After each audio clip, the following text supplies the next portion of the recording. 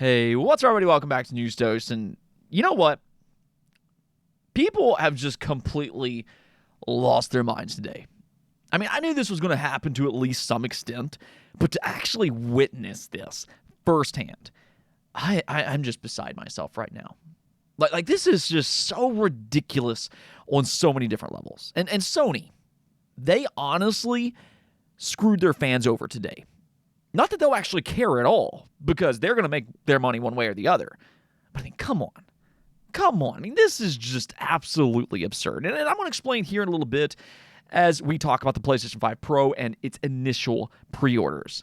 But you know what? We'll get into all of that, plus Xbox's TGS Showcase. They actually had a few interesting announcements there, though maybe not necessarily the ones that a lot of us were hoping for. Let's just go and get right into things, though, starting off with the game that a lot of you might be playing today, being Zelda Echoes of Wisdom.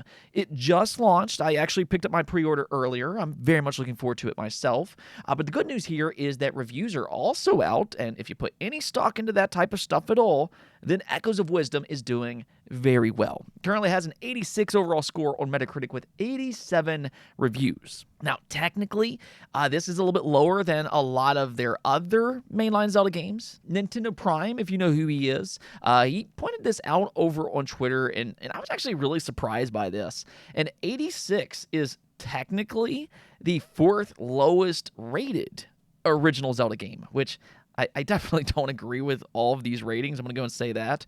Phantom Hourglass at a 90. I don't know about that, but I mean, if anything here, this really does speak to their consistent quality. Now, as for Echoes of Wisdom specifically, I think this is a great result for an entry that attempts to do something completely different. I feel like some fans have been a little worried that it might not be as good, but it does appear that Nintendo and Grezzo has once again done a great job together. Based on its reviews, it sounds like this is their take for a top-down Zelda Breath of the Wild type of game. The one consistent complaint that I've heard about is that its frame rate is inconsistent. Again, I haven't played it myself yet, but I do know that Link's Awakening also had frame rate issues, and what I'll kind of say is that it wasn't bad enough that I'd call it a deal breaker, and based on what I've heard about Echoes of Wisdom, it doesn't sound like it's going to be a deal breaker either. At the same time, though, it is more proof that the Switch successor is very, very much needed by this point. Okay, now here's something else that you can play right now today, being Metaphor Refantazio. I'd say this is actually probably the most anticipated JRPG for 2024. It's Atlus's new IP, and it comes from the same team that worked on the Persona series. Those are some of the all-time greats. So yeah, there's definitely some hope that Refantazio can follow that up. And well, if anything, you don't have to wait any longer to find out for yourself. They just released a very beefy demo for PlayStation, Xbox, and PC. You can expect it to run you 4 to 6 hours, and even better here is that if you buy it, then all of your progress will transfer over to its full release. So I'd say that should be plenty of time to gauge if it's a game for you or not. Though as a forewarning here, for anybody who wants the PC version, there appears to be some kind of bug that's impacting its performance. Fans, however, have already posted various fixes online. According to one fix, the PC version is seemingly outputting its resolution at 125 to 150% by default. So turning that option down might be worth a try, but with that in mind, this is all the more reason that this demo is kind of perfect to try. It's perfect for fans to test to see if they can get it working properly for their PC rig, and it's also a perfect way for Atlus to see what's going on so they can, hopefully fix the problems before its official release. Now, speaking of which, Konami released the Metal Gear Solid Volume 1 collection last year, and a lot of people were disappointed by the lack of effort that Konami put into that specific collection. It launched with less than impressive results, but it appears that Konami finally listened to its fans. They just dropped a 2.0.0 update for Steam, which includes resolution upscaling options, control settings, and Steam trading card support. Now, unfortunately, this is only for the PC version, but they do plan to release it for other platforms at a later date. So now it's just kind of a waiting game if you're on console, and not only do I think this is good news for the current Metal Gear Solid collection, but I also view this as a positive sign for the eventual Volume 2 collection. The fact that they're still updating Volume 1, that kind of shows that they are committed to making these the best that they possibly can. Just hopefully that translates to a good launch for Volume 2, rather than making fans wait an extra year. Okay, so we need to talk about the PlayStation 5 Pro. And more specifically here, Sony's decision to limit the 30th anniversary edition to just 12,000 units. I said this as soon as they announced it. The way they're doing this is not a celebration for fans, as they claim. Sony might be a greedy company, but they're not dumb. They knew exactly what was going to happen today. And that's a complete crap show. This is just so ridiculous on so many different levels. But what's happening here is that the PlayStation 5 Pro and the 30th anniversary hardware all went up for pre-order today. Now, we'll talk about the regular PlayStation 5 Pro here in just a minute, because something fascinating is happening with that edition as well. But it's the 30th anniversary edition that just grinds my gears. They knew that this console would sell out in minutes. Everybody knew that this was going to sell out in minutes. And Sony knew exactly to whom they were selling them to. Of course, it's the scalpers. They went out and they used their bots to buy these things up within minutes. They spent $1,000 and immediately flipped them on eBay for several more. You can actually look at the sold items right now, and people are actually buying these for up to $4,000. I mean, what are we doing here? What are we actually doing? Like, okay, so, here's the thing. We've been dealing with these scalper issues for quite a while. And as much as I think that it's just ridiculous to pay these scummy prices, at the end of the day, it's your money. You can choose how you want to spend your own money. But who I really blame here is Sony. It feels like they endorsed this situation. And that's the frustrating part. They could have easily gone about this in so many different ways. But instead, they had the audacity to call this a celebration for their diehard fans. It's been with them for 30 years. I'll tell you right now, this was not a celebration for those fans at all. Do you think that they're celebrating the fact that they had to pay quadruple the price just to get a chance to enjoy something that should have been more readily available? I mean, if Sony truly cared about these fans, then they could have easily made them more readily available. Or they could have given fans another option, a special edition faceplate as one such example that would have at least lasted a few months. Now, I'm not saying that they have to go out and make an unlimited supply. That's not what I'm saying at all.